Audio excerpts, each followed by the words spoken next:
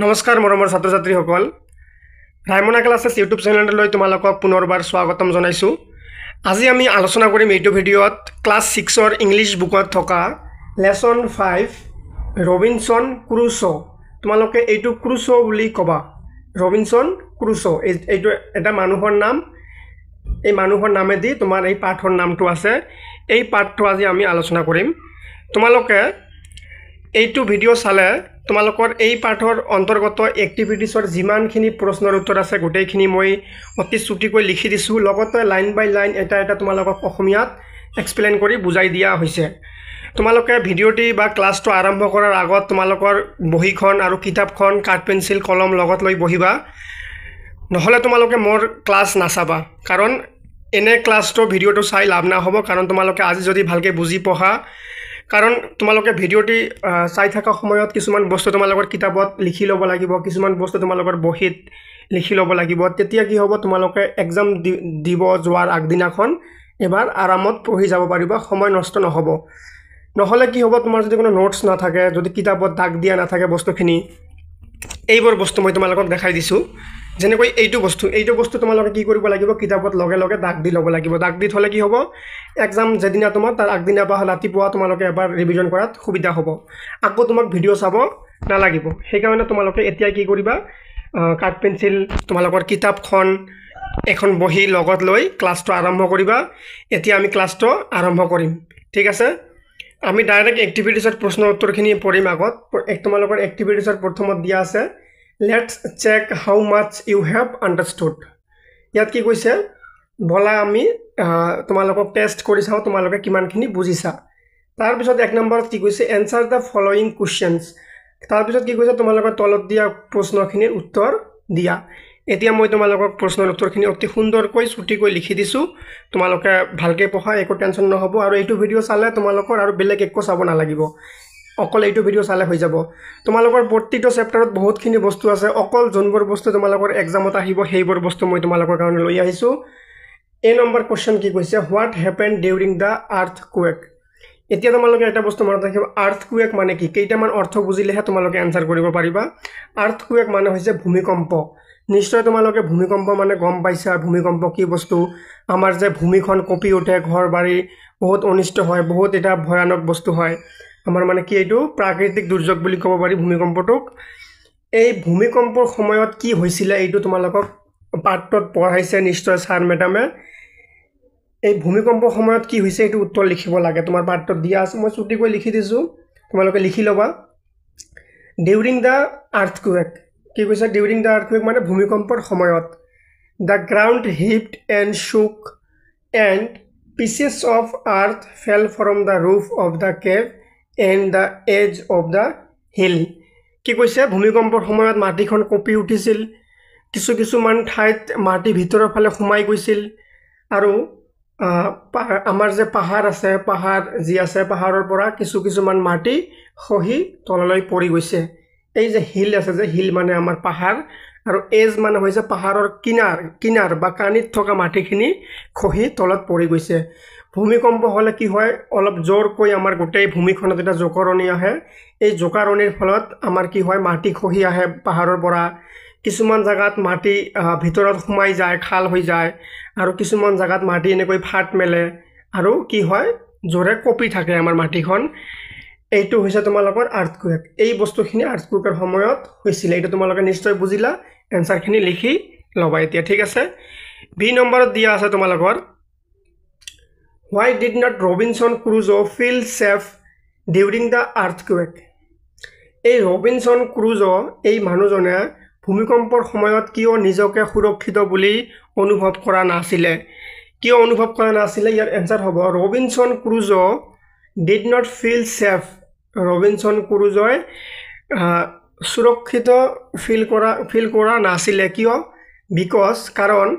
He feared the cave would fall on him and he might get buried inside. কি কৈছিলে, এটা গুহা আছিলে, তেওঁ গুহাৰ তলত আছিলে, তেওঁ ভয় খাইছিলে যে গুহাটো কি হ'ব, ভাঙি তেওঁৰ ওপৰত পৰি যাব আৰু তেওঁ ভিতৰত পোত খাই যাব। এইটো ভয় খাই তেওঁ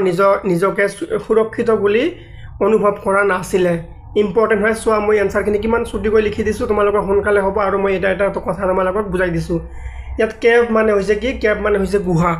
গুহাৰ ভিতৰত যেতিয়া এটা মানুহ থাকিব এনেকৈ যেতিয়া ভূমিকম্প হ'ব মাটিখিনি যেতিয়া কঁপি উঠিব ডাঙৰকৈ জোকাৰণি আহিব এই মাটিখিনি নিশ্চয় ভাঙি পৰা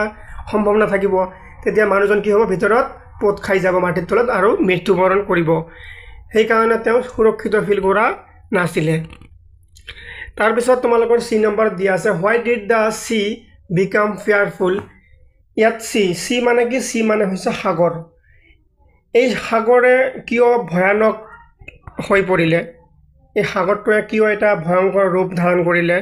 ফিয়াৰফুল মানে হৈছে ফিয়াৰ মানে হৈছে ভয় ফিয়াৰফুল মানে হৈছে বহুত বেছিকৈ ভয়ৰ এটা দৃশ্য কিয় লৈছিলে এই আমাৰ সাগৰে এনসাৰ হ'ব দ্য চি বিকাম ফিয়াৰফুল কি হৈছে সাগৰে ভয়ংকৰ হৈ পৰিল কাৰণ বিকজ মানে হৈছে কাৰণ because of the violent storm মানে হৈছে তোমালোকৰ ধুমুহা আৰু ভায়োলেণ্ট মানে হৈছে ভয়ংকৰ violent storm and hurricane which caused it to overflow' and become ৰ কি হৈছিলে যেতিয়া সাগৰত জোৰকৈ ধুমুহা আহিছিলে ধুমুহা অহাৰ লগে লগে কি হ'ব পানীখিনি এনেকৈ ডাঙৰ ঢৌ আহে এইটোক হাৰিকেন বুলি কয় ডাঙৰ ঢৌ আহি কি হয় এটা ভয়ংকৰ ৰূপ ধাৰণ কৰি লয় এই ঢৌৰ পানীখিনি যেতিয়া আমাৰ সাগৰ পাৰ হৈ ওপৰত আহি ঘৰ বাৰী একদম ভাঙি পেলাই তলত পেলাই দিয়ে মানুহ ধ্বংস হৈ যায় গোটেইখিনি বস্তু ধ্বংস কৰি পেলাব পাৰে এক সৰু এটা মুহূৰ্ততে গোটেইখিনি শেষ কৰি দিব পাৰে সাগৰ এনেকুৱা ভয়ংকৰ হৈ পৰিছিলে কিয় পৰিছিলে বিকজ অফ ষ্ট্ৰম মানে মনত ৰাখিবা ষ্ট্ৰম মানে হৈছে ধুমুহা আৰু এই হাৰিকেন মানে হৈছে কি এই হাৰিকেন মানে ধুমুহাই কিন্তু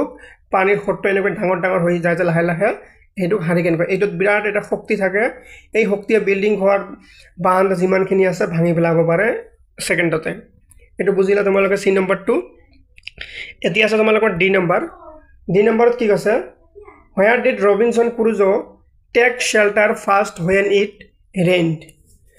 ৰেইনড মানে হৈছে কি ৰেইন মানে হৈছে বৰষুণ আৰু ই ডি লগাৰ লগে লগে কি হ'ব এইটো অতীতত আগতে হৈ যোৱা ঘটনাৰ কাৰণে ৰেইনৰ লগত ই ডি লগোৱা আছে এতিয়া এইটোৰ কাৰণে তোমালোকে কি বুজিবা এইটো আগতে হোৱা ঘটনা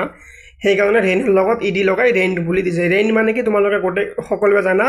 বৰষুণ যেতিয়া প্ৰথমতে বৰষুণ আহিছিলে ৰবিনসন ক্ৰুৱে কিয় শেল্টাৰ লৈছিলে বা এটা ভাল জায়গাত গৈ সুৰক্ষিত লোৱাৰ কাৰণে কৈছিলে কিয় কৈছিলে ইয়াৰ এনসাৰ হ'ব Robinson Crusoe first took shelter in a cave when it rained sorry এইটো হোয়াৰ হ'ব হোৱাই নহয় মানে কত গৈ নিজকে সুৰক্ষিত কৰাৰ কাৰণে কত গৈছিলে এই ৰবিনসন ক্ৰুৱে যেতিয়া বৰষুণ আহিছিলে নিজক বচোৱাৰ কাৰণে কত গৈছিলে এনসাৰ হ'ব Robinson Crusoe first took shelter in a cave when it rained যেতিয়া বৰষুণ আহিছিলে ৰবিনসন ক্ৰুজোই এটা গুহাৰ তলত গৈছিলে মনত ৰাখিবা কত গৈছিলে গুহাৰ ইংৰাজী কি হ'ব কেভ ঠিক আছে তাৰপিছত তোমালোকৰ ই নম্বৰত দিয়া আছে what qualities of Robinson Crusoe helped him survive the day what qualities of Robinson Crusoe helped him survive the day কি কৈছে ইয়াত হোৱাট কোৱালিটিজ মানে কোনবোৰ ভাল গুণে ৰবিনসন ক্ৰুজোক সহায় কৰিছিলে তাক সেই দিনটোত বচাই থকাৰ কাৰণে কোনবোৰ ভাল গুণাগুণে তেওঁক বচালে তেওঁ যে জীৱিত আছে সেই দিনটা বৰষুণ আহিছিলে ভূমিকম্প হৈছিলে তাৰপিছত কি হৈছিলে মানে তোমাৰ ধুমুহা আহিছিলে ইমানখিনি বস্তু অহাৰ পিছতে কোনবোৰ ভাল গুণৰ কাৰণে ৰবিনসন ক্ৰুজে এতিয়াও মানে জীৱিত আছে ইয়াৰ এনসাৰ কি হ'ব ৰবিনসন ক্ৰুজোছ প্ৰেজেন্স অফ মাইণ্ড কিয় পাইছিলে ৰবিনসন ক্ৰুজৰ প্ৰেজেন্স অফ মাইণ্ড হৈছে মানে যি সময়ত এটা সঠিক সিদ্ধান্ত লোৱা মানে এটা বিপদৰ টাইমত যিকোনো সময়ত এটা ভাল সিদ্ধান্ত ল'ব পৰা সেইটো কি কয় প্ৰেজেন্স অফ মাইণ্ড বুলি কোৱা হয় যেনেকৈ বৰষুণ আহিছিলে তেওঁ এটা কেবৰ তলত গৈ সোমাই গৈছিলে এইটো হৈছে তাৰ প্ৰেজেন্স অফ মাইণ্ড বা ভাল বুদ্ধি তাৰপিছত কি কাৰেজ মানে হৈছে সাহস and ability to take quick decisions help him survive the day আৰু তাৰ এটা ভাল শক্তি কি আছিলে সোনকালে এটা ভাল ডিচিশ্যন ল'ব পাৰে যে মই এইটো কৰিম এইটো কৰিলে মোৰ ভাল হ'ব এইটো কৰিলে মই বাচি যাম এইখিনি বুদ্ধিৰ কাৰণে তেওঁ সেই দিনটো বাচি গৈছিলে সেই দিনটোত ইমান এটা ভয়ংকৰ দিনত তেওঁ বাচি গৈছিলে তোমালোকে মনত ৰাখিবা কিহৰ কোনবোৰ গুণৰ কাৰণে গুণ মানে হৈছে কোৱালিটিজ এইটো এটা মনত ৰাখিবা presence of mind courage ability to take quick decisions এই চাৰিটা বস্তু তোমালোকে কি কৰিবা এইটো কোৱেশ্চন আহিলে যদি অকল তোমালোকে এইকেইটা বস্তু লিখি দিয়া presence of mind courage ability to take quick decision যদি ইয়াৰ পৰা এইখিনিও লিখি দিয়া তথাপিও তোমালোকৰ এনসাৰটো হৈ যাব আৰু মই ইয়াত সজাই দিছোঁ সেইকাৰণে অলপ ডাঙৰ হৈছে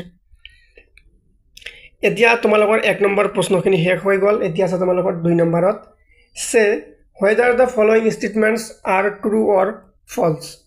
তোমালোকে ক'ব লাগে তলৰ বস্তুখিনি সত্য সঁচা নে মিছা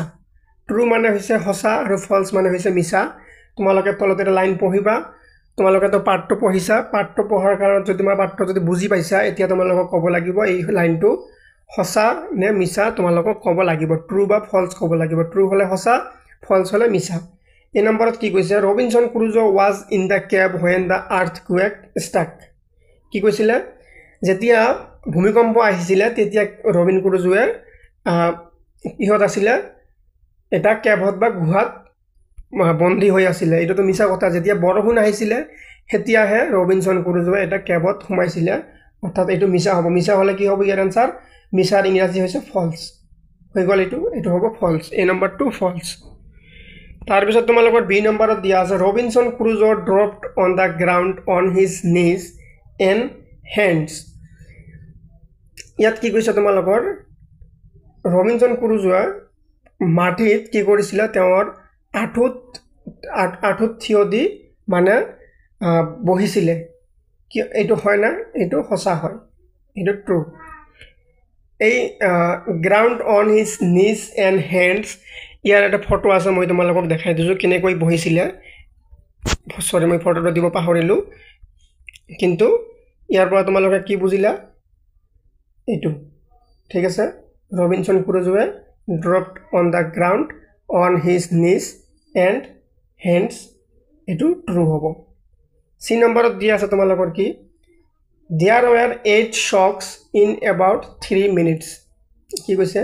there were 8 shocks in about 3 minutes এটো ফলছ হ'ব তোমালোকে এটো ফলছ বুলি এইবোৰ বস্তু তোমালোকে এতিয়া লিখি ল'ব লাগিব ডি নম্বৰত কি দিয়া আছে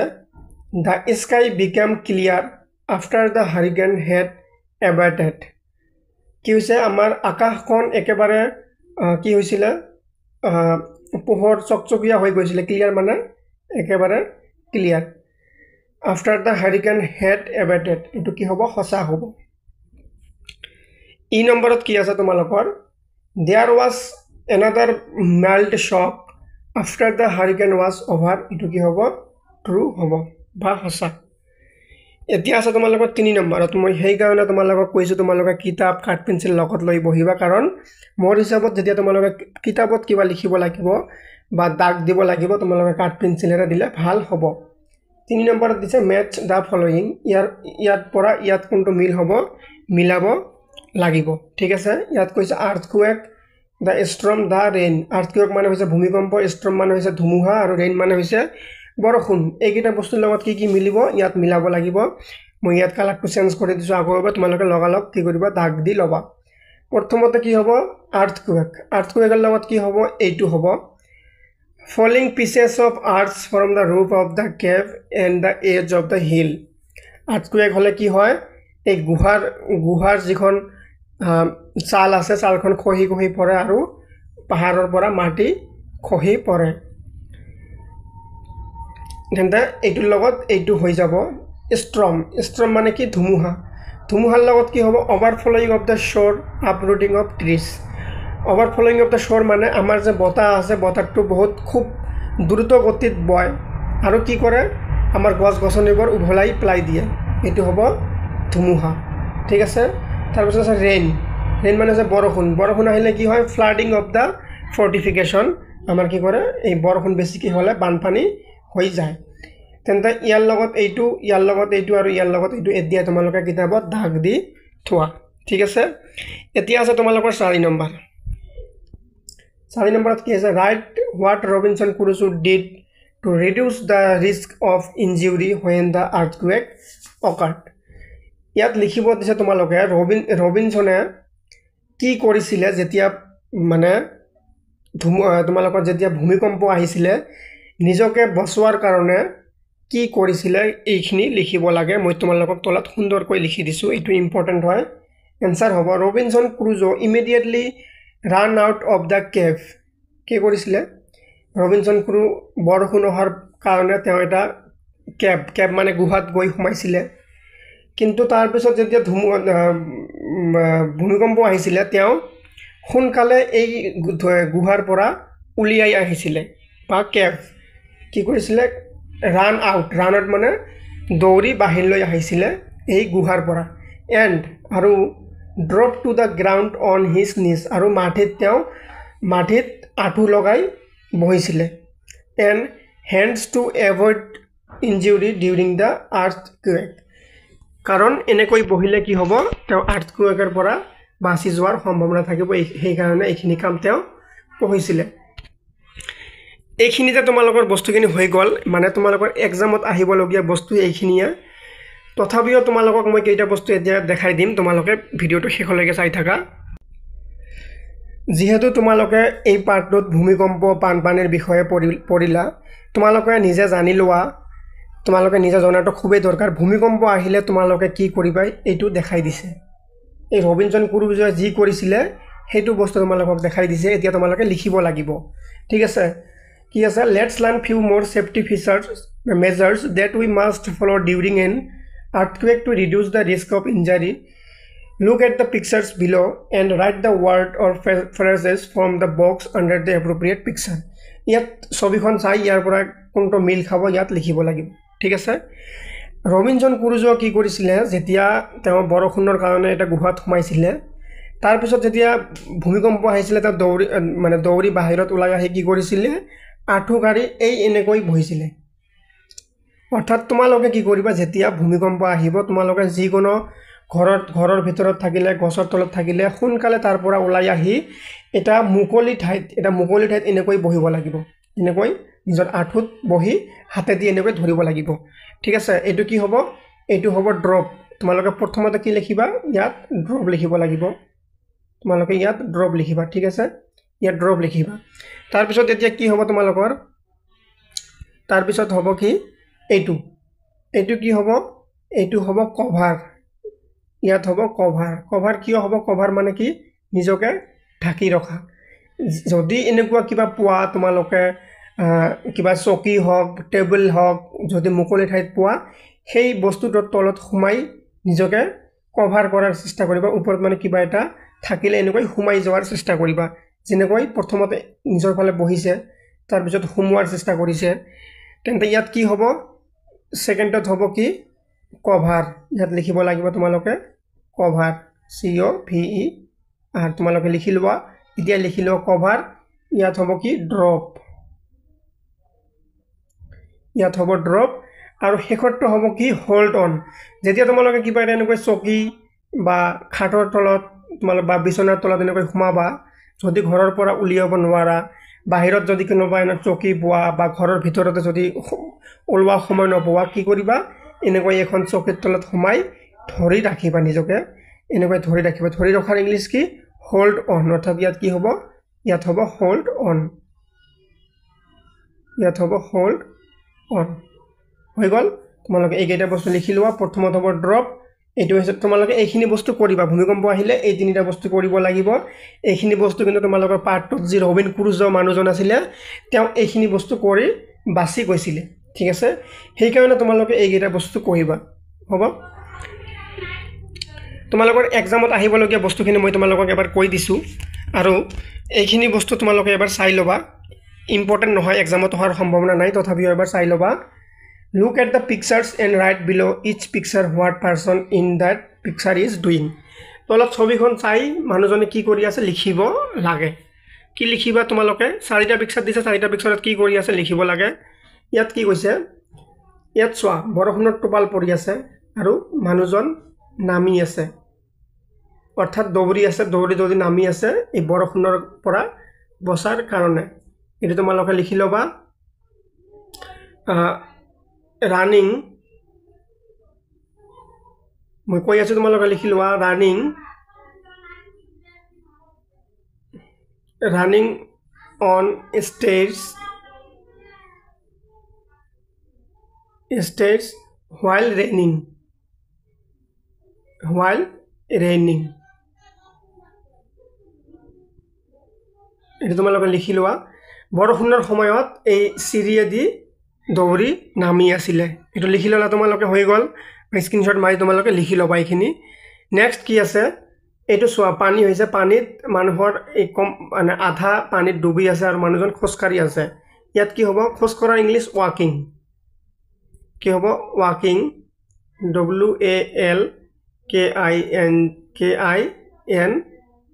ওয়াকিং কি